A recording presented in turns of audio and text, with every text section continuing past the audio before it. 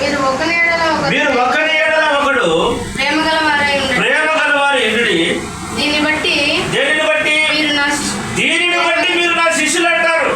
నువ్వు ప్రేమ చూపించకపోతే నువ్వు దేవుని శిష్యులు కాలేవు. నువ్వు శిష్యత్వాన్ని అంగీకరించరా. వాక్యమందు నిలిచి ఉండేవాడు శిష్యుడు. ప్రతిదినం తన సిలువను ఎత్తుకొని దానిని వెంబడించేవాడు, తను ఉపేక్షించుకునేవాడు శిష్యుడు. మూడోది పరస్పరం ప్రేమ చూపించేవాడు శిష్యుడు. దీనిని బట్టి శిష్యుడు అంటారని చెప్తున్నాడు. నాలుగోది ఫలం ఇచ్చి తండ్రిని మహిమపరిచేవాడు శిష్యుడు. యోహాను సువార్త 15:8 మాట్లాడు. బహుగా ఫలించేవాడు. ఫలాలు ఉండాలి శిష్యత్వంలో. శిష్యుడు అంటే ఫలాలు లేకపోతే ఏం శిష్యుడు? ఆత్మ ఫలాలు ఉన్నాయి. అటువంటి ఫలాలు లేకపోతే శిష్యుడు ఎందుకు అవుతాడు? అది చదవండి ఆ మాట కూడా. యోహాను 15:8 మీరు బహుగా ఫలించడం వలన నా తండ్రి మహిమపరచబడును. ఎందువలన శిష్యులు అంటారు? ఎందువలన మీరు బహుగా ఫలించాలా. ఆత్మీయ విషయంలో ఫలించాలా. భౌతిక సంబంధమైన ఫలితాలు కాదు ఇవన్నీ. నేను అడిగే దేవుడు కోరుకుంటాడని ఒక ఆస్తి సంపాదించినాడు, బంగ్లాలు కట్టాడు, బాగా ఫలించినాడు, దేవుడు నన్ను బాగా దీవించినాడు వాడు కాదు శిష్యుడు. ఆత్మ విషయంలో ఫలించేవాడు. దీనిని బట్టి నా శిష్యులు అంటారు మీరు అంటున్నారు. ఐదోది శిష్యుడు అంటే నిర్వచనం ఏదో చెప్తారు చూడండి. గురువు లాంటి స్వభావం. లూకా సువార్త 6:40. లూకా సువార్త 6:40 శిష్యుడు అంటే చెప్తున్నారు. లూకా సువార్త 6:40. శిష్యుడు తన బోధకుడు కంటే అధికుడు కాదు. సిద్ధుడైన ప్రతివాడు తన బోధకుల వలె ఉండును. సిద్ధత్వం పొందినవాడు, జ్ఞానాన్ని పొందినవాడు తన బోధకుని వలె ఉంటాడు. బోధకుని కంటే అధికుడు కాదు. బోధకుని కంటే, క్రీస్తు కంటే అధికుడు కాదు శిష్యుడు. ఎప్పటికీ కాడు. ఆయన వలె ఉండాలని ఆయన పడతాడు. ఇది శిష్యత్వం అంటే. ఈరోజు మన అంశం ఏమి? శిష్యత్వం వెల చెల్లించాలా. ఊరికే శిష్యుడిగా అంటే కాదు. నువ్వు ఒక వెల చెల్లించాలా. తను ఉపేక్షించుకోవాలా. సమస్తాన్ని వదిలిపెట్టేవాడు శిష్యుడు. సమస్తాన్ని సంపాదించుకునేవాడు శిష్యుడు కాదు.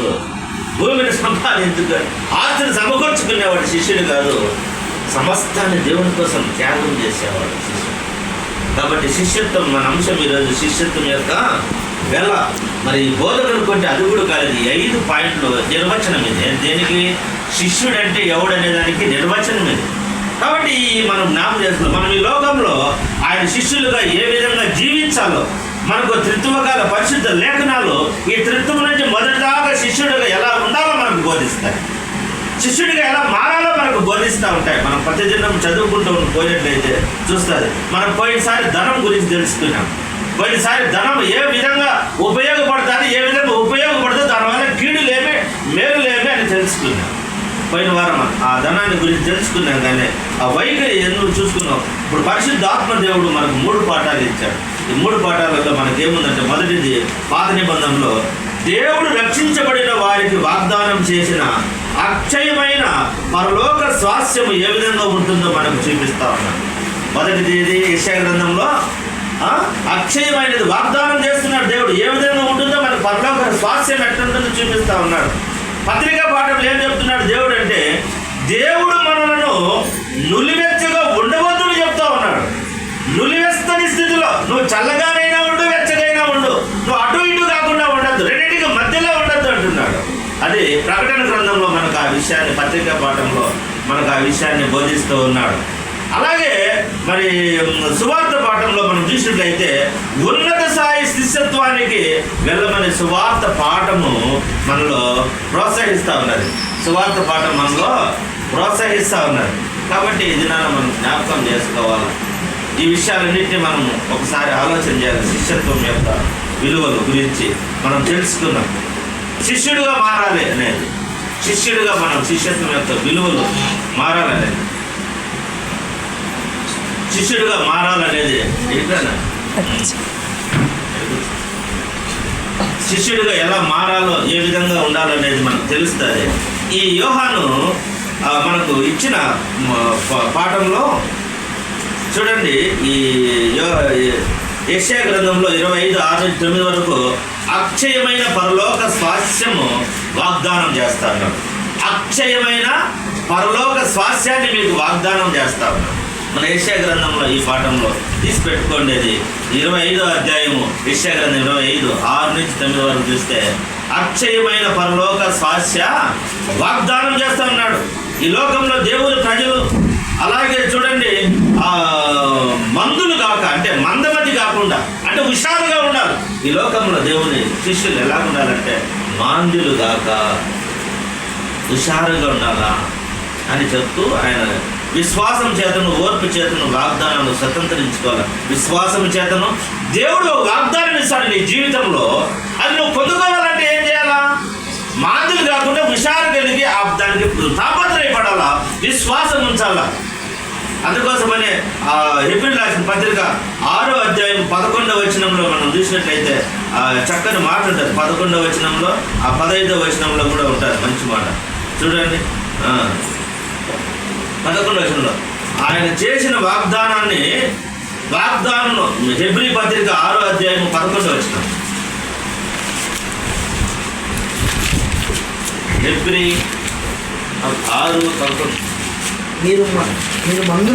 మీరు మాంద్యులు కాక విశ్వాసము చేతను ఓర్పు చేతను వాగ్దానమును స్వతంత్రించుకున్న వారిని పోలి నడుచుకున్నట్లు పోలి నడుచుకోవాలి. వాగ్దానాన్ని స్వతంత్రించుకోవాలి. ఇక అదే అధ్యాయం 15వ వచనంలో చూడండి. అదే అధ్యాయం 15వ వచనంలో ఆయన మిమ్మల్ని బట్టి అతను ఓర్పుగా సహించుతో ఆ వాగ్దాన ఫలాన్ని పొందాలనుకుంటున్నాడంట. వాగ్దాన ఫలాన్ని మనము పొందుకోవాలా? దేవుడు వాగ్దానం చేశాడు, నీకు మేలు చేస్తాడండి. అప్పుడు దాన్ని పొందుకోవాలా లేదా? అందరూ జనవరి 1 రోజు వాగ్దానాలు చేసుకుంటారు. దాన్ని పొందుకోవాలి. నువ్వు ప్రార్థన చేయాలా, విశ్వాసం ఉండాలా, కనిపెట్టుకొని ఉండాలా. దాన్ని ప్రతి జనం దాన్ని పొందుకోవడానికి ప్రయత్నం చేయాలా. ఈరోజు చూసి ఆడ పెట్టేసి మళ్ళా మర్చిపోతాం. ఎవరన్నారో వాగ్దానం కూడా తెలియదు, మళ్ళా జనం దాకా తెలియదు. వాగ్దానాన్ని పొందుకోవాలి. ఆ వాగ్దానాన్ని పొందుకోలేదు. ఆ వాగ్దానం కోసం ఎదురు చూసినాడంట. 11వ అధ్యాయము హెబ్రీ 11:10 వచనంలో చూడండి. అబ్రహాము భూమి మీద ఉండే వాగ్దానము ఎట్ట ఎదురు చూసినాడు, ఎట్ట విశ్వాసం ఉండాలో చూడండి. ఏం చెప్తాడు ఆయన? పునాదులు గల ఆ పట్టణం కొరకు అబ్రహాము ఎదురు చూసి ఏ పునాదులు గల పట్టణము, పరలోక రాజ్యంలో ఉన్న పట్టణం కోసము ఈ భూమి మీద నుంచి ఎదురు చూసినాడంట ఆయన. అయ్యా పట్టణం కోసం. ఈరోజు నువ్వు దేనికోసం ఎదురు చూస్తావు? నా అనుకున్నట్టు జరగడానికి కోసం ఎదురు చూస్తావు. అబ్రహాం అయితే పునాదులు వేసిన ఆ పట్టణం కోసం ఓపికతో ఎదురు చూసినాడు. ఈరోజు నువ్వు నేను ఎదురు చూసే దేనికోసం చెప్పాను? మన అంతం చివర మనం కన్ను మూస్తే ఆ పట్టణం చేరాలనే కదా. అది చేరకపోతే ఇదంతా ఒకడు సర్వలోకమును సంపాదించుకొని తన ప్రాణాన్ని పోగొట్టుకుంటే మనకి ఏం ప్రయోజనం చెప్పండి? వాడు మొత్తం భూమిని అంతా సంపాదించుకుంటే రాత్రి తెచ్చిపోతే మనకి ఏమన్నారు? పైసలాత్మ ఏం లేదు. అందుకే అబ్రహాము పునాదులు గల పట్టణం కోసం ఎదురు చూసినాడంట. దేవా కన్ను మూస్తే ఆ రాజ్యంలో వచ్చాను. ఎంత ధన్యత ఇది! ఈరోజు మనకు ఆలోచన ఉందా లేదా? ఒకసారి ఆలోచన చేసుకోవాలి. మన పునాదులు గల పట్టణం కోసం ఎదురు చూస్తానమా లేదా? నేనైతే ఊహించుకుంటా అంటాను, బతికితే ఈ లోకంలో ఇటు బతుకుతాను, చనిపోతే ఆ టీవీలో చూసినోడల్లా ఆ మేఘాలు గుర్రాలు ఇటు పోయినోడల్లా అయితే ఎప్పుడు చూస్తాను దేవా. నేను ఆ రాజ్యానికి రావాలంటే నేను ఏం చేయాలి? ఆ పాట పాడేటప్పుడు వస్తాడు గుర్రాలు ఎదుగుతా పట్టి వాళ్ళంతా తెల్లగా మన రిక్కి చూపించినాడు. ఆ పునాదులు వేసిన పట్టణం వాళ్ళు తిన్నారు. అన్నీ చూస్తే ఎంత ఇది కల్పితమే ఇట్టుంటే ఒరిజినల్ కల్పితమే. ఊహ ఎంత బాగుంటే వాస్తవం ఎంత బాగుంటుంది. ఆ పట్టణం కోసము అబ్రహాం ఎదురు చూసి ఆ వాగ్దానాన్ని మనం పొందుకోవాలనేది మనం చేసుకోవాలి. పరలోక స్వాస్థ్యాన్ని మనం నేడు దేవుడు చూపిస్తున్నాడు. మనం దాన్ని పొందుకోవాలా. మనం పాల్గొని ఆ గొర్రెపిల్ల వివాహ మహోత్సవానికంట. దాని మన యెషయా గ్రంథంలో మనకు చెప్తా ఆ వివాహ మహోత్సవానికి పిలిచేటప్పుడంట ఆడ మెనూ కూడా చెప్పినాడు. ఆడ వడ్డించే డిష్ కూడా చెప్పేశాడు ఆయన. ఏం చెప్పాడు చూడండి, ఎంత చక్కగా బాగుంటుంది. ఆ వివాహ మహోత్సవానికి ఆ పరలోక విందులో మనం పోతే ఆ మాంసము యెషయా గ్రంథం 25:6-9 వరకు చూస్తే దాంట్లో ఆ డిష్ పెట్టినాడు, ఆయన మెనూ పెట్టినాడు, ముందుగానే ఇచ్చేసినాడు. మీ పెళ్ళికి ఈ వివాహంలో ఈ వంటలు పెడుతున్నామని చెప్పినాడు దేవుడు. ఏం పెట్టినాడు? కొవ్విన మాంసం అంట, కొవ్విన దొడలు మాంసం. రెండోది ద్రాక్షారసం అంట, సంతోషానికి ఆనందానికి. మళ్ళా అంటే మూలగలు కూడా మూలుగులు కలిగిన ఎముకలంట. దేవుడు ఆ వివాహ మహోత్సవానికి వాగ్దానం చేస్తాడు. కొవ్విన మాంసం ఒక పక్క, ద్రాక్షరసం ఒక, మళ్ళా మూలుగులు కూడా అంట, మూలగంటలు అంటాయి కదా, గొలుసులా ఏదో అంటాయి కదా, అవి కూడా ఉన్నాయంట మూలుగులు కలిగి. నాకు తెలిసి మనకి ఇక్కడన్నా పెళ్ళి కొంచెం ఎవడికో ఒకటి పడుతుంది అంతే, అప్పులు కానీ ఎవడికో ఒకరికి పడుతుంది. అది కొవ్విన మూలుగా అనే మాట ఉన్నదా? ఏమన్నా చదవండి ఒకసారి అందరూ విరాశిగా. కొవ్విన 6 నుంచి చదువు. 6 చదివిన ఈ మూలుగు గల క్రొవ్విన వాటితో విందు చేయు. మూలుగులు గల కొవ్విన వాటితో, ద్రాక్షారసము కొవ్విన వాటిని. చింటూ 6 నుంచి చదువు చింటూ. ఈ పర్వతము మీద సైన్యములకు అధిపతి యెహోవా సమస్త జనముల నిమిత్తము క్రొవ్విన వాటితో విందు చేయును. మాడి మీదనున్న ద్రాక్షరసం అంట. మూలుగు గల క్రొవ్విన వాటితో విందు చేయును. మూలుగులు గల కొవ్విన వాటితో విందు. నోరు ఉంటాందా లేదు చెప్పండి. ఇంటికి వాటిపైనే పడతారంట. మూలుగులు కొవ్విన వాటితో విందు చేస్తాను. అదే అంట ద్రాక్షరసము మట్టి అంట, కింద అంతా పేరకపోయింది. దానిపైన చాలా టేస్ట్ అంట. మట్టి పైన ఉండే దానిపైన టేస్ట్ అంట. విందు చేస్తారంట. ఇంత మెనూ కూడా మనకి ఇచ్చేసినారు. ఎక్కడ? ఆ వివాహ మహోత్సవానికి ఆ విందు, ఆ పరలోక విందు దేవుని ఎదుగు పోయేటప్పటికి ఇన్ని అపాయింట్ చేస్తారు, ఇన్ని మనకు ఏర్పాటు చేస్తా ఉన్నాడు దేవుడు. మనం అందరం ఎందుకు సంతోషించాలని, ఆ వాగ్దాన్ని మనం పొందుకోవాలి. కాబట్టి కింద వచనం ఏమంటే మీకు మరణం లేకుండా చేసేస్తాను, సంతోషం చేస్తాను అంటున్నాడు. కింద ఆ వచన 8వ వచన వాటిలో మీకు ఏ మరణం అనేది లేకుండా చేస్తానని చెప్తున్నాడు. అదే మాట 1 కొరింథీ 15:54 ఉన్నది. అదే మాట 1 కొరింథీ 15:54 చదవండి. 1 కొరింథీ 15:54.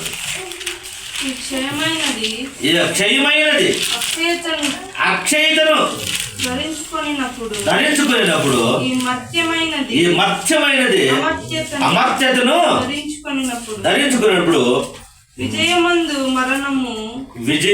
మరణము మింగివేయబడిను. విజయమందు మరణాన్ని మింగేసిందంట. మర్త్యమైనది నశించిపోయేది, అమర్త్యమైనది నాశనం కానిది ధరించుకుంటాం మనం. పరలోకం పోవాలంటే ఈ రక్త మాంసాలు ఆడి జల్లం, ఈ మాంసం ఈ శరీరంతో పోలేము. అవి ఏరేటి ధరించుకోవాలి. మత్స్యమైనటి పోతాయి, అమర్త్యమైనటి ధరించుకుంటారు. క్షయమైనటి అంటే నశించిపోయేది, అక్షయమైనటి అంటే నశించిపోయినది. ఇవి ధరించుకొని ఆ వివాహ మోస్తానికి మనం వెళ్ళాలి. ఆ వెళ్ళేటప్పుడు ఆయన చెప్తున్నాడు, ఆయన ప్రకటన 21:4 ఆ మాట ఉన్నది. ఆయన వారి కన్నుల నుండి ప్రతి బాష్ప బిందువు దురిచేస్తాడంట. అడిగిపోతే ఏం నీకు బాధే ఉండదు.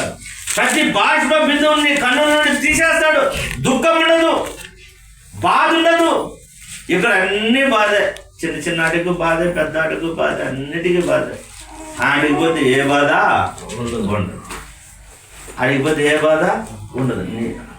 అట్టనే కొంతమంది అప్పులు, ఇబ్బందులు, లేదంటే ఇంట్లో కొట్లాటలు జరిగి ఇంకా వేరే ఏదన్నా పేకాట ఆడి డబ్బులు పోగొట్టుకొని ఎవరన్నా ఏమంటారు ఆత్మహత్యలు చేసుకుంటారు. ఏ బాధ ఉండదు కానీ అది చేసుకుంటేనే బాధ మళ్ళీ స్టార్ట్ అవుతుంది.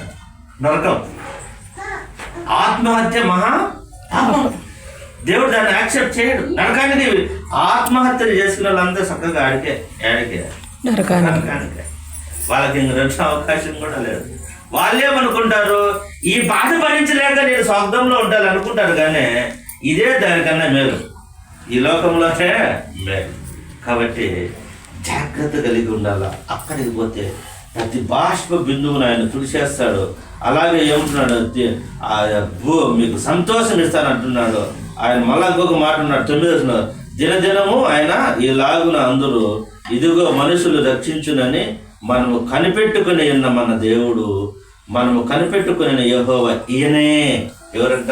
మనం ఇప్పుడు కనిపెట్టుకున్నాం ఆ దేవుణ్ణి చూస్తామని. అప్పుడు అడిగినాక మనం ఏమంటాం? మనం కనిపెట్టుకోలే కదా ఆయనే అంటాం. అంటే ఒక వ్యక్తిని మనం చూడాలా ఎవరు ఎట్టుంటాడు అనుకుంటాం. ఆ వ్యక్తి వచ్చినప్పుడు మనం ఎవరైతే ఎదురు చూసామో ఆయనే కదా ఆ దేవుణ్ణి చేసినాం, ఆ వాగ్దానం. కాబట్టి ఈ దినాన యెషయా గ్రంథంలో అక్షయమైన పరలోక స్వాస్థ్యాన్ని మనం వాగ్దానముగా పొందుకున్నాం. ఆ పేరాకు దానికి సైడ్ ఎడిటింగ్ వచ్చేసి అది. రెండోది ఇంకా ప్రకటన పత్రిక పాఠంలో ఏముందంటే దీని సైడ్ ఎడిటింగ్ ఏమంటే తన పెళ్లి విందుకు ఆహ్వాన పత్రికతో ఉదయ ద్వారం వద్ద క్రీస్తు. ఆ వివాహ మహోత్సవానికి పెళ్లి పత్రిక ఎత్తుకొని వచ్చినాడు. రండి ఇంటికాడికి ఏమేసినాడు? పెళ్లి పత్రిక ఎత్తుకొని వచ్చినాడు. ఆ మాట మనం ఏమంటే తన పెళ్లి విందుకు, ఆ ఆహ్వానానికి, ఆ విందుకు రాండి అని పత్రిక ఎత్తుకొని వచ్చినాడు. ఇప్పుడు మీరు రండి రండి రండి రండి రండి వచ్చి ఆడున్నాడు హృదయ ద్వారం నంత క్రీస్తు తడతా ఉన్నాడు. ఇప్పుడు ప్రకటన గ్రంథం మన రెండో పాఠం ఏది? పత్రిక పాఠము ప్రకటన తీసి పెట్టుకోండి, చూడండి ఏమున్నాడో. ప్రకటనలో మనకు ఏం చెప్తున్నాడో మనకు తెలుస్తుంది. అక్కడ ఆయన ఏం చెప్తున్నాడో కూడా మనకు తెలుస్తుంది.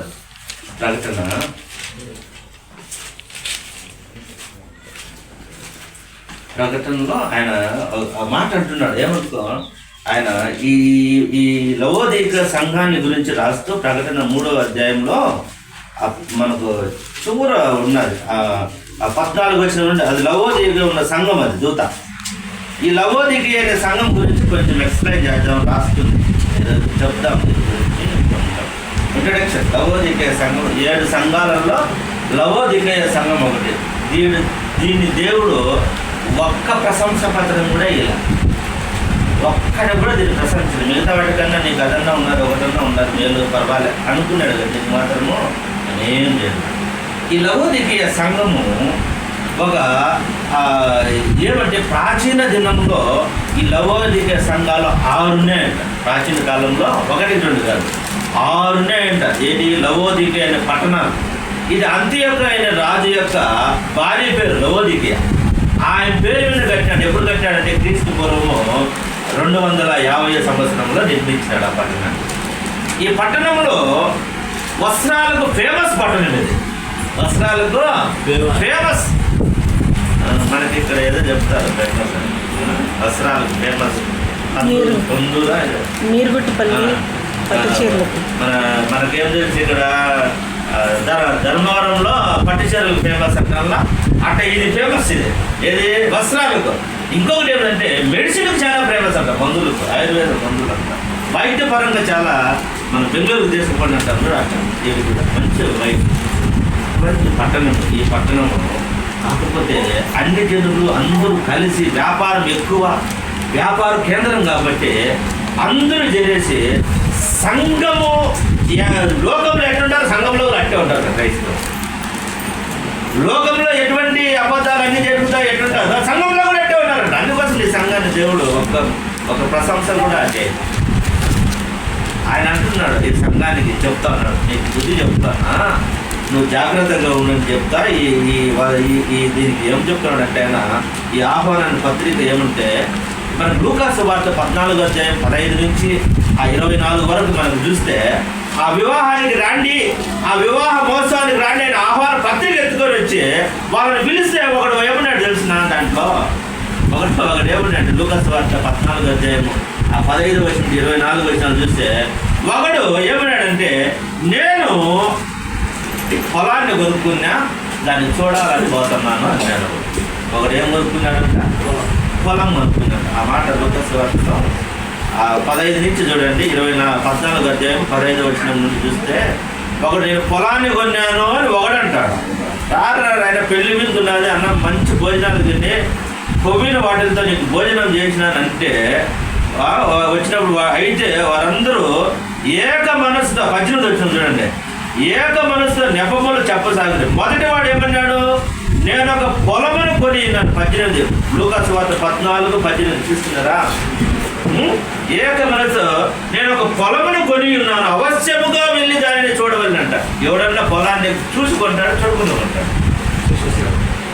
నీకు కొన్నాను అన్నా నిందురారా నీకు మంచి భోజనం విందు చేసినాను దేవుడు పిలిస్తే కొవ్విన వాటితో నీకు విందు చేసిన వివాహ మహోత్సవానికి రారాడైనా తిందురారంటే నేను పొలాన్ని కొని గుడి చూడాలని.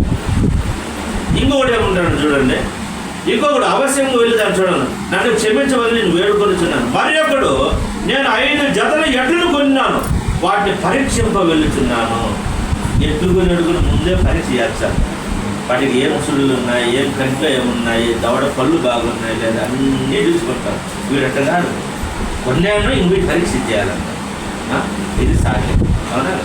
ఇంకొకటి ఏం చెప్పినాడు, చదువుచుంటు వాడు పరీక్ష నేను ఒక స్త్రీని నేను ఇంకొక స్త్రీని వివాహం చేసుకున్నాను, అది చేత నేను పెళ్లి చేసుకున్నాడు. ఇక్కడ కూడా దర్శనం తింటున్నాండి, నువ్వు భార్య కూడా పిలుచుకోను బో, ఏం తినేదానికి తప్పే ఉండాలి, ఇద్దరు మీరు తింటారంటే అంటే సాగులు చెప్తారు. దేవుడు ఆ వివాహ మహోత్సవానికి ఆ విందు జరిగించి పిలిస్తే మేము రామని సాకులు చెప్తారు. ఈరోజు కూడా దేవుని వాక్యము వినాల, ఆదివారము ఇది పరలోకము మన్నా, ఇది మీరు 10 ఆదివారం భుజించాలి రాండి అంటే నాకు ఈరోజే కూలి 1000 రూపాయలు దొరికింది రాలేదు, ఈరోజే బంధువులు వచ్చినారు, ఈరోజే నాకు కొంచెం తలనొప్పిగా ఉంది సాకులు చెప్తాను.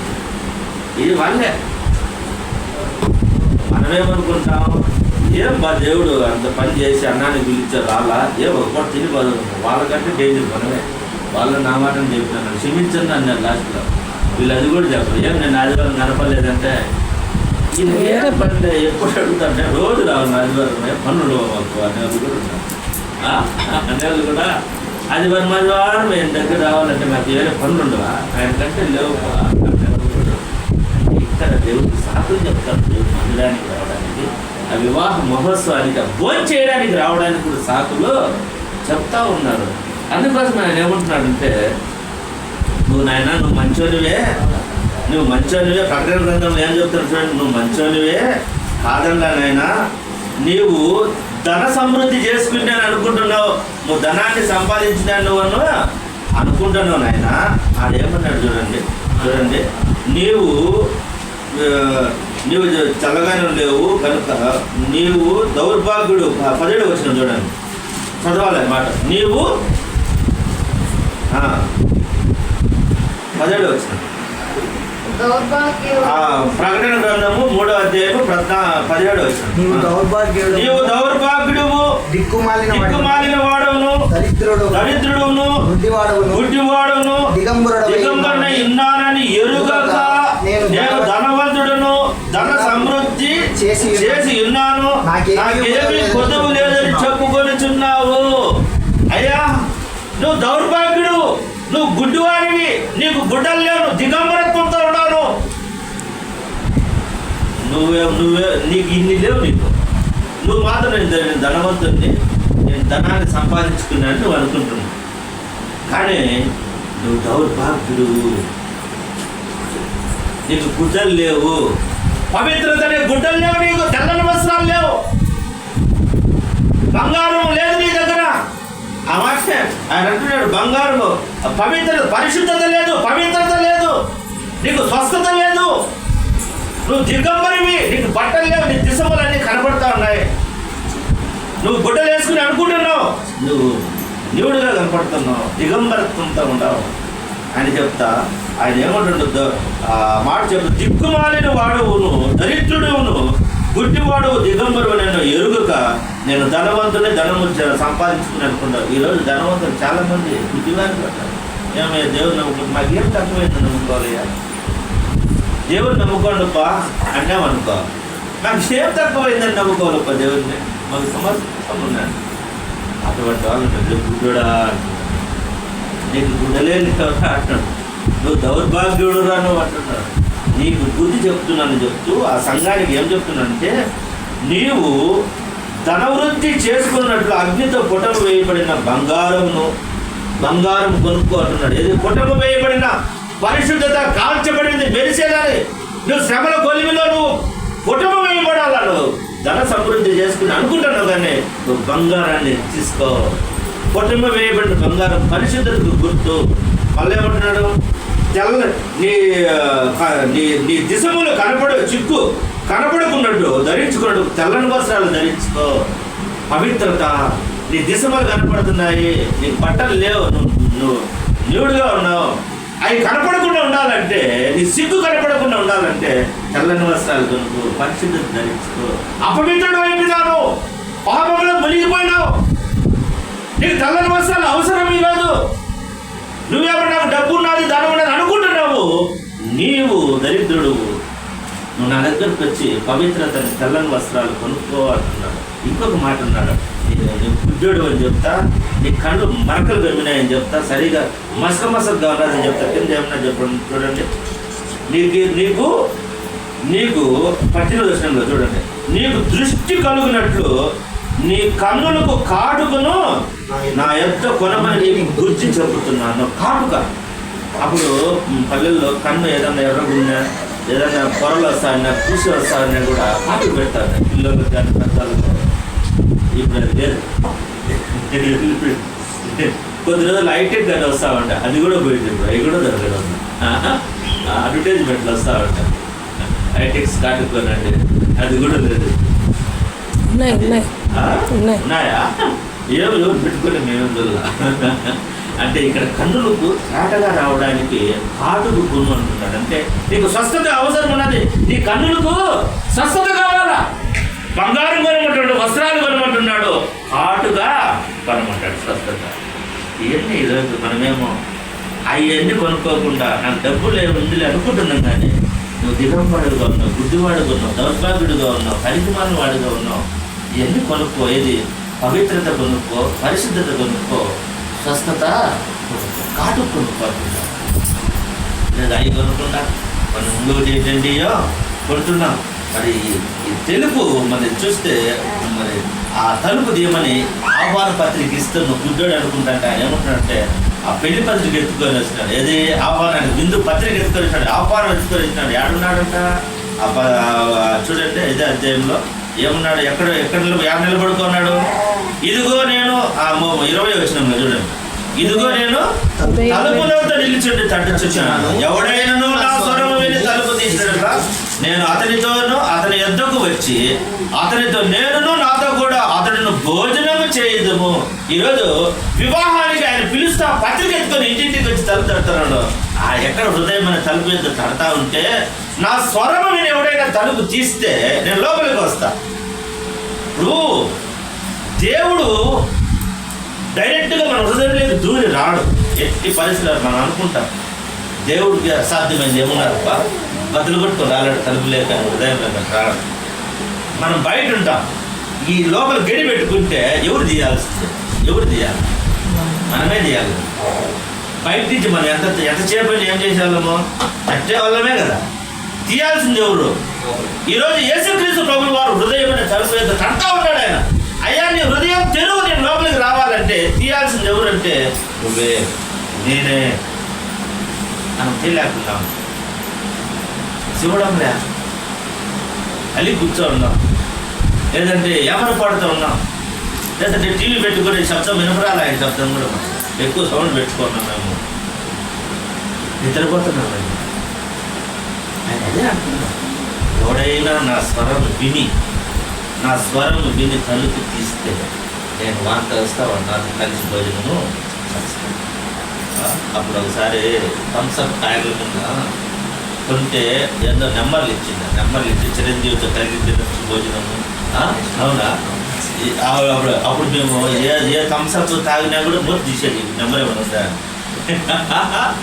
నెంబర్ ఏమన్నా? ఎందుకు? చిరంజీవితో కలిసాలండి. చిరంజీవితో కలిసి భోజనం చేసి ఏమొస్తుంది? మళ్ళీ ఆకలి అవుతుంది, మళ్ళీ ఒకసారి వెళ్ళిపోతుంది. కానీ ఆయనతో కలిసాలంటే ఇక్కడ ఇంత క్యూరియాసిటీ ఉంటే ఈ లోకల్లో వ్యక్తితోనే కలవాలంటే అంత మనకు సంతోషంగా ఉంటే ఆ దేవుడు తలుపే తడతాడు. ఏదైనా మనకి ఈ నెంబర్లు రావాలా, తగలాలా, ఎంత పోవాలా, ఇది అట్లా ఆయనే తలుపు పెడతాడు. నువ్వు స్వరం తలుపు గడి తీయాల్సి ఉంటుంది. మనమే తీస్తే మనతో కలిసి ఏం చేస్తాడంటే భోజనం చేస్తాం. ఈరోజు మనం తలుపు ఎదుట నేను ఆహ్వాన పత్రిక పట్టుకొని ఏం చేస్తున్నాడు? పత్రిక పట్టుకొని నిలబడుకోని ఉన్నాడు. పత్రిక పట్టుకొని రాయా మా పెళ్ళికి రా, నా వివాహ వస్తుంది, అదే రా అంటే మంచి భోజనాలు ఏర్పాటు చేసినామంట. మనం కూడా ఎక్కువగా ఏం చేస్తూ ఉంటాము, తెలుగు వాళ్ళ పెళ్ళికి అయితే అంత భిన్న విముఖత చూపిస్తాం, ముస్లిమ్స్ పెళ్ళికి అయితే, క్రిస్టియన్స్ పెళ్ళికి అయితే కొంచెం హుషారు వస్తుంది అంటారు. నిజమా? వాస్తవం ఒప్పుకుంటాం. తెలుగులో పప్పు రసం ఉంటాయి కదా ఏమంటారు, ఏం ఉండదు. అదే ముస్లిమ్స్ క్రిస్టియన్స్ పెళ్ళి అయితే ముక్కలు పడతాయి అంటే ఒక రకం. ఇక్కడ కూడా దేవుడు పిలుస్తాడు, ముందుగానే చెప్పినాడు ఆయన, కొవ్వినదు మాంసము, మూలుగులు కూడా పెడుతుంటాయా, ద్రాక్షరసం ఉంది రాండి అంటున్నాడు. సాకులు చెప్తా ఉన్నాడు, పెళ్లి చేసుకున్నాడు, ఎడ్లు కొట్టినాడు, పొలం కొట్టినాడు, నేను రాలేదు అని చెప్తాను. ఈరోజు దేవుడు మనం కూడా సాకులు చెప్పేవాళ్ళు ఆ లిస్టులో ఉన్నామా, మనం బయలుదేరి వెళ్ళే వాళ్ళ లిస్టులో ఉన్నాం. అందుకే ఆయన ఏమంటాడు, ఈయన ఏమంటాడంటే, నేను జయించి నా తండ్రితో కూడా 22వ వచనంలో సింహాసనం కూర్చున్న ప్రకారము జయించు వాళ్ళని నాతో కూడా నా సింహాసనం కూర్చున్న నిచ్చేదను, సంగములతో ఆత్మ చెప్పుచున్న మాట చెవిగలవాడు చెవిగలవాడు. మన చెవి గురించి చెప్పినా కదా, కుంజల గురించి. చెవిగలవాడు దినాలు ఏం చేస్తాడు, చెవిగలవాడు వినుగాక. ఈరోజు దేవుడు ఏమంటాడంటే, నేను నా తండ్రి సింహాసనం కూర్చున్నాను, నా సింహాసనం మీద నిన్ను కూడా కూర్చోబెట్టాను. ఎంత అధికత, ఎంత ధన్యత. ఆడ కూర్చోవాలంటే ఏం కాబట్టి ఎంత వెల చెల్లించాలి. కాబట్టి ఇది చెల్లించడానికి మరి దేవుడు కూడా మనకు చెప్తున్నాడు ఎలా ఉండాలంటే. లూకా సువార్తలో మనం చదువుకున్న పాఠంలో, లూకా సువార్త పాఠంలో చెప్తే ఏమన్నదంటే, పనికి వచ్చే ఉప్పుగా ఉండాలి. మనం ఎట్లుండాలా, దీని సభ్యులైనవి పనికి వచ్చే ఉప్పుగా ఉండాలి. పనికి వచ్చే ఉప్పు ఉండాలి. పనికి రాకపోతే ఏం చేస్తారు, ఉప్పు అది ఎరువు కూడా పనికిరాదు. ఆ ఉప్పు పనికి రాకపోతే ఏం చేస్తారు, దాని సారాన్ని కోల్పోతే దేనికి పనికి వస్తుంది. నిమ్మకాయ దాంట్లో పులుపు లేకపోతే దాన్ని ఏం చేస్తారు, పడేస్తారు. ఉప్పులో కూడా ఉప్పు అనేది ఎంత వేసినా కూడా ఉప్పు సప్పగానే ఉందనుకో, దీంట్లో ఉప్పు అనేది ఉప్పుగా లేదు, ఎంత ఉప్పు వేసినా కూడా అది మనకు సరిపోలేదని దాన్ని పడేస్తారు, తొక్కేస్తారు, బయట తొక్కుతారంట. బయట పారవేస్తే తొక్కుతారు. అది ఎరువు కూడా పనికిరాదు, దేనికి పనికిరాదు, సారాన్ని కోల్పోయింది. ఈరోజు నువ్వు నేను మనకున్న ఆత్మీయ సారాన్ని కోల్పోతే మనల్ని కూడా అందరూ తొక్కేస్తారు. దేనికి పనికిరాం, ఎవడు లెక్క చేయండి నిన్ను. ఈరోజు నీలో ఉన్న సారాన్ని కోల్పోదు. నేను అందుకే ఒకటి చూస్తాను, మాట చెప్పచ్చో చెప్పకూడదు కానీ ఒకటి చూస్తారంటే వాట్సాప్లో ఒకటి వచ్చింది. ఒక పాప చెప్తాను, ఏం చెప్తానంటే, పాము కూడా దాని విషయాన్ని కోల్పోతే ఆడవాళ్ళు దాన్ని, స్త్రీలంతా దాన్ని దండానికి గట్టి గుడ్డలు ఆరేసుకుంటారంట. దాంట్లో విషం ఉంది కాబట్టి దాని జోలికి పోరంట. అదే దాంట్లో విషం లేదని తెలిస్తే దాని మీద గుడ్డలు ఆరేస్తారంట కట్టి. బాగుంది, దాన్ని ఏమి అంద కదా, కసదు ఏం చేయదు, దాంట్లో గుణము లేదు కదా. అంటే మన స్వభావాన్ని, అంటే అది వేరే దానికి, కానీ మనకున్న ఆత్మీయ స్థితిని కోల్పోతే మనం ఎవరు లెక్క చేయదు. సాతాను మనం ఏం చేస్తుంది, ఆడుకుంటారు. ఎందుకు, మళ్ళీ పవర్ ఉండదు కదా. పరిశుద్ధత మనలో లేకపోతే సాధారణ మనం ఏం చేస్తుంది, పావును ఆడుకునేట్టు ఆడు. కాబట్టి దినాన మనం సారాన్ని కోల్పోకుండా, ఉప్పు ఏ విధంగా ఉంటుంది ఆ విధంగా కోల్పోకుండా మనం ఉండాలి. మరి శిష్యుడు కానేరుడు అంటున్నాడు, దాంట్లోనే ఆ మాట 23 వచనం చూడండి, 27వ వచనం ఏమంటున్నాడు, నా శిష్యుడు కానేరుడు అంటాడు. నువ్వు ఇప్పుడు శిష్యత్వం వెల చెల్లించాలంటే ఏం చెల్లించాలంటున్నాడు ఆయన, ఏం చెల్లించమంటున్నాడు. 14వ అధ్యాయం మనకి 25 నుంచి చూస్తే మన శిష్యుడు కావాలంటే ఏమేమి చెల్లించాలి, వెల చెల్లించాలి. ఊరికే కాదు శిష్యుడు అంటే. ఆ 25వ వచనం చూస్తే, బహు జనములతో ఆయన కూడా వెలుచున్నప్పుడు ఆయన వారి తట్టు తిరిగి, ఎవడైనా నా ఎద్దుకు వచ్చి తన తండ్రిని, తల్లిని, భార్యను, పిల్లలను, అన్నదమ్ములను, అక్క చెల్లెలను, తన ప్రాణమును సహా ద్వేషింపుకుంటే వాడు నా శిష్యుడు కాదు. ఇప్పుడు నీకు తల్లిదండ్రులను వదిలిపెట్టామన్నాడు, నేను వదిలిపెట్టడం కాదు శిష్యుడు అంటే. నీకు ఆటంకంగా వచ్చి వదిలిపెట్టమంటున్నాడు. నీ తల్లి నీకు ఆటంకంగా వచ్చింది వదిలిపెట్టు, నీ భార్య నీకు ఆటంకంగా వచ్చింది వదిలిపెట్టు. దేనికి, శిష్యుడిగా మారడానికి. నీ బంధువులు, తల్లిదండ్రులు, భార్య, ఇంకా ఎవరు ఏమేమి ఉంటాడా, ఆ పిల్లలు, అక్క చెల్లెళ్ళు కూడా, చివరికి నీ ప్రాణం అడ్డం వచ్చినా కూడా, నీ ప్రాణం ఉంటే ఏం పోతావు అనుకున్నా కూడా, విసిగిపోతున్నా లేదు, మలిచిపోతున్నా కూడా వద్దు. ప్రాణాన్ని సహా ద్వేషించుకుంటే నేను అడిగిపోతే చంపేస్తారేమో ఎట్లా అయినా పర్వాలేదు, నువ్వు ద్వేషించాలి. అంటే వీళ్ళని వదిలిపెట్టడమే కాదు, నిన్ను నీవు కూడా సమర్పించుకోవాలి. నువ్వంటే నీకే లెక్క ఉండకూడదు. నా ప్రాణం ఎప్పుడైనా పోవచ్చు, ఉండొచ్చు. అంత చింతపడకపోతే నా శిష్యుడు లేదు, నేను అన్నీ చూసుకొని డబ్బు సంపాదించుకొని బండి పెట్టుకొని కారు పెట్టుకొని మంచి టౌన్ తీసుకొని నలుగురికి వాక్యం చెప్పుకుంటూ ఉంటానంటే ఈ శిష్యుడు ఇప్పుడు అలాగే అవుతాను. ఎక్కడ కూడా సంఘాలు అలాగే అవుతాను. శిష్యుడు కానేరడు, తన ప్రాణంలో సహా ద్వేషించుకుంటే శిష్యుడు అదే శిష్యత్వానికి వెల ఏం చెల్లించాలంటే నీకు విలువైన సమయాన్ని ఇచ్చి నువ్వు ఆ వాక్యాన్ని సంపాదించుకోకపోతే నువ్వు శిష్యుడు కాలేవు అనేది ఖచ్చితంగా చెప్తున్నాడు దేవుడు. ఆయన శిష్యుడు అయిన వాడికి ఏం చెప్తున్నాడంటే బలా నమ్మకమైన మంచి దాసుడు అనే పట్టా నువ్వు తీసుకోవాలి అంటే, బలా నమ్మకమైన మంచి దాసుడా అనే బైబిల్ పట్టా నువ్వు తీసుకోవాలంటే నువ్వు చదవాల్సింది ఎక్కడంటే మనం జీసస్ ఓపెన్ యూనివర్సిటీ ఆఫ్ లైఫ్లోనే పొందగలం. Jesus open university of life. దీనికి ఏడంటే మత్తయి సువార్త 11:28. ఈ యూనివర్సిటీలో మనం చేరితే నాకు పట్టా ఏమొస్తుంది? బలా నమ్మకమైన ఈ యూనివర్సిటీలో జాయిన్ కావాలి. బలా నమ్మకమైన మంచి దాసుడు అంటే యూనివర్సిటీ పట్టా నువ్వు రావాలంటే మత్తయి సువార్త 11:28-29 నువ్వు చదవాలి. ఆ యూనివర్సిటీలో చేరాలి. ప్రయాసపడి భారం మోసుకున్న సమస్త జనులారా నా యొద్దకు రండి, నేను మీకు విశ్రాంతి కలుగజేసేది. నేను సాత్వికుడును దీనమనస్సు గలవాడను కనుక మీ మీద నా కాడి ఎత్తుకొని నా యొద్ద నేర్చుకునుడి, అప్పుడు మీ ప్రాణములకు విశ్రాంతి కలుగును. ఏం చెప్తున్నాడు? ఈ యూనివర్సిటీకి నువ్వు రావాలా, ఆయన కాడి ఎత్తుకొని నువ్వు మొయ్యాలా, నేర్చుకోవాలి ఆయన దగ్గర. నువ్వు నేర్చుకుంటే బలా నమ్మకమైన మంచు దారుడని ఒక పట్టా ఇస్తాడు, ఒక శిష్యుడిగా మారుతావు. ఈరోజు అనేక మంది సంఘానికి వస్తూ ఉంటారు. అనేక సంఘాలు ఉన్నాయి, అనేక సంఘాలకు వస్తూ ఉంటారు. కానీ శిష్యుడిగా మారిన వాళ్ళు ఎంతమంది? శిష్యుడిగా మారేవా లేదా? మనం మారినామా లేదా? ఒకసారి ఇంటికి పెట్టాక పరీక్ష చేసుకోవాలి. ఒకవేళ శిష్యుడిగా మారాలంటే నీకు ఈరోజు అపాయింట్మెంట్ లెటర్ ఇస్తాను. యోహాను సువార్త 15:10 అపాయింట్మెంట్ లెటర్ ఆయన ఇస్తాడు. ఈరోజు అపాయింట్ చేసుకుంటాడు. నేను ఈరోజు అపాయింట్ చేసుకుంటాడు.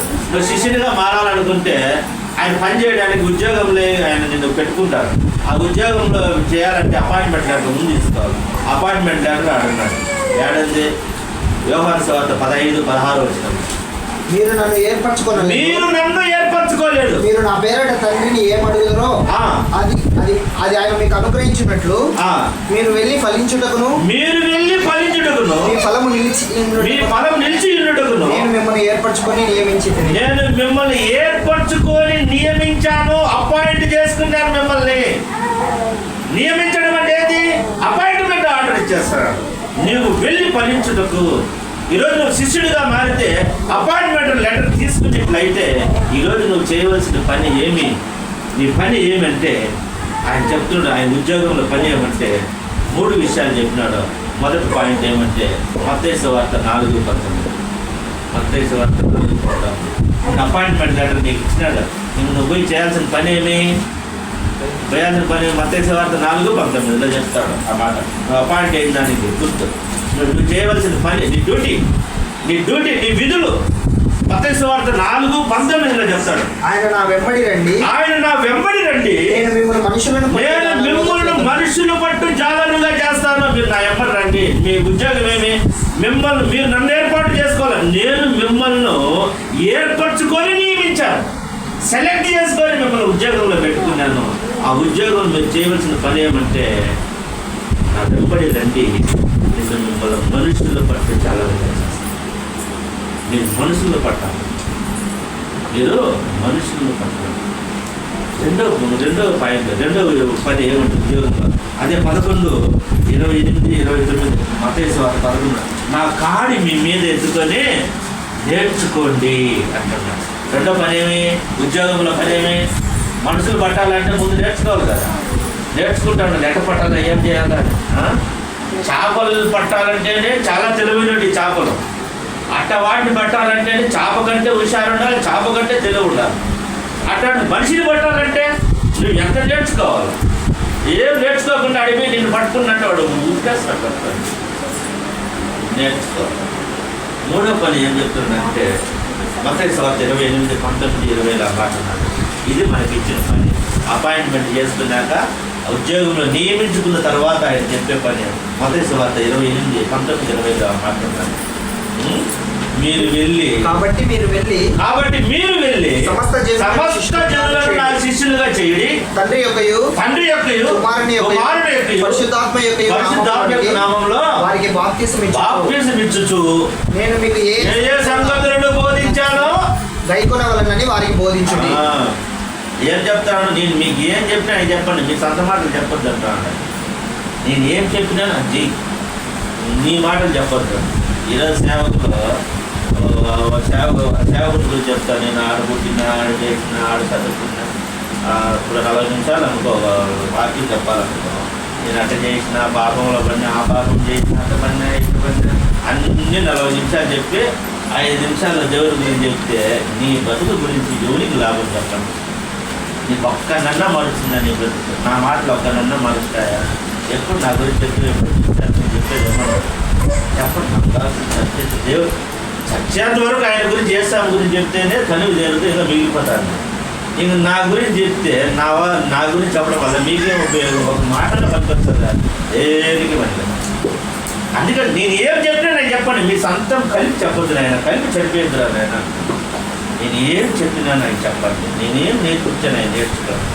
శిష్యులుగా చేయండి. బాప్తిసం ఇవ్వండి. తండ్రి కుమార పరిశుద్ధాత్మ నామంలో బాప్తిసం అంటే ఇదిగో నేను ఇది సమాప్తి వరకు మీతో కూడా ఉంటానని అపాయింట్ చేసుకొని లోకంలోకి ఉద్యోగానికి పంపినాడు.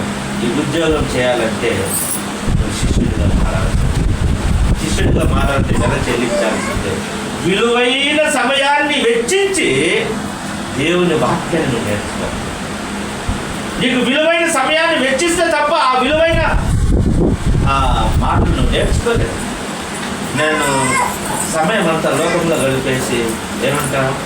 ఏమన్నా లోకమో వాడిని ఏమన్నా లోకమో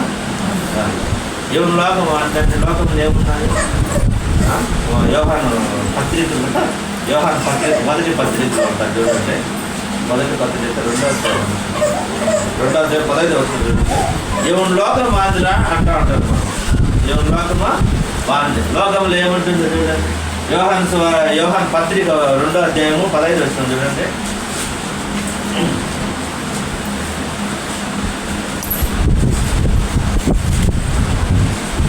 221 పేజీ. 221 పేజీ.